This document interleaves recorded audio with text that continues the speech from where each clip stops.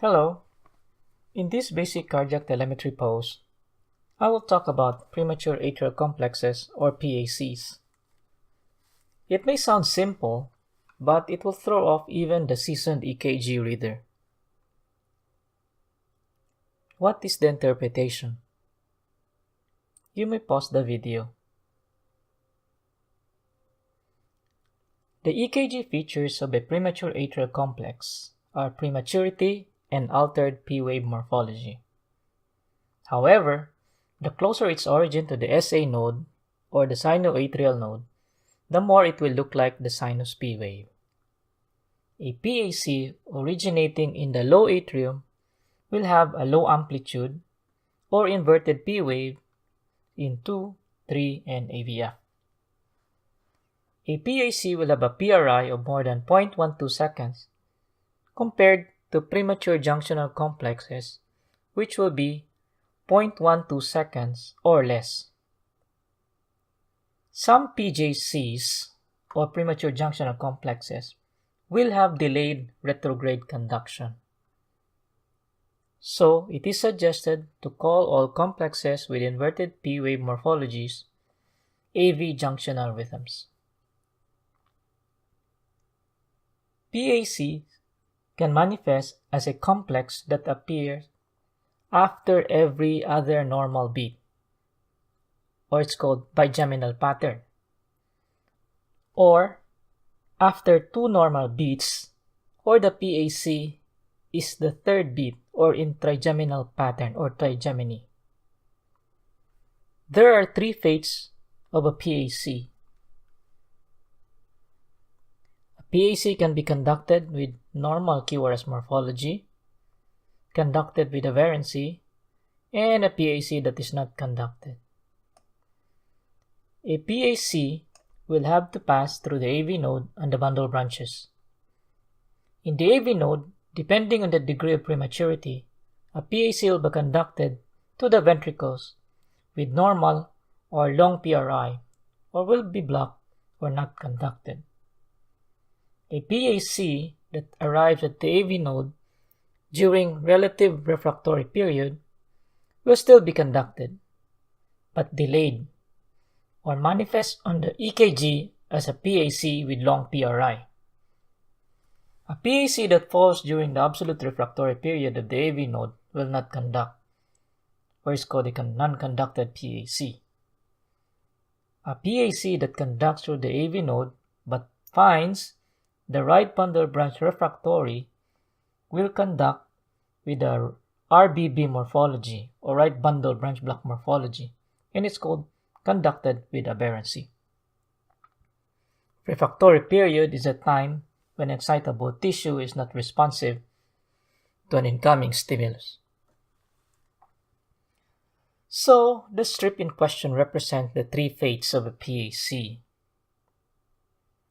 So this is sinus rhythm with PAC in bigeminy, conducted normally, conducted with aberrancy, and PACs that are not conducted.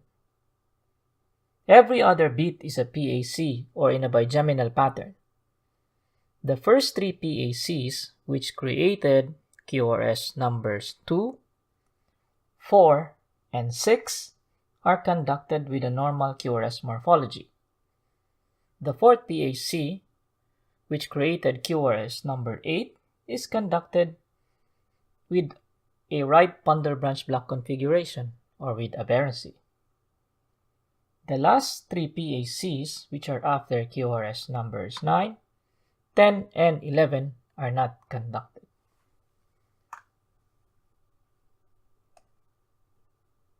This other strip is sinus rhythm with PAC in trigeminy that is blocked or non-conducted.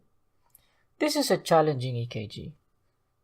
The non-conducted P wave is better seen in V1 as a small distortion of the T wave on the second QRS, highlighted with red arrows. To determine that this is a P wave on top of a T wave, compare the shape of a previous T wave. The second T wave is more prominent. Thus, we can prove this is indeed a P wave that is premature, that is not conducted. This is sinus rhythm with PAC in trigemini, conducted and non-conducted. This is another challenging EKG. The PACs are better seen in B1.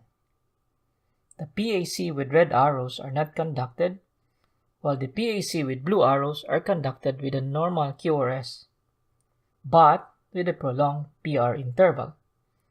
The reason of the prolonged PR interval on the conducted PAC is because the AV node is in a relative refractory period. It will allow the AV conduction but will delay the AV conduction because still recovering from the previous sinus impulse. Now, this case. This patient came in due to fall. What is the cause of sudden bradycardia? Do you think this patient needs a pacemaker? You can pause the video. If you look at V1, the T wave after the third QRS complex is distorted or a bit pointy. Then a missing beat. The T waves of the next complexes are also distorted. Those are the P wave that appeared so early, or they are premature atrial complexes and are non-conducted because the AV node is refractory. This is a very nice example of a Mobitz 2 mimic. This is non-conducted PAC in bigeminy. So for the case, the patient was asymptomatic during the event, and the fall was determined to be mechanical. The event did not recur, and the patient was discharged after a few days.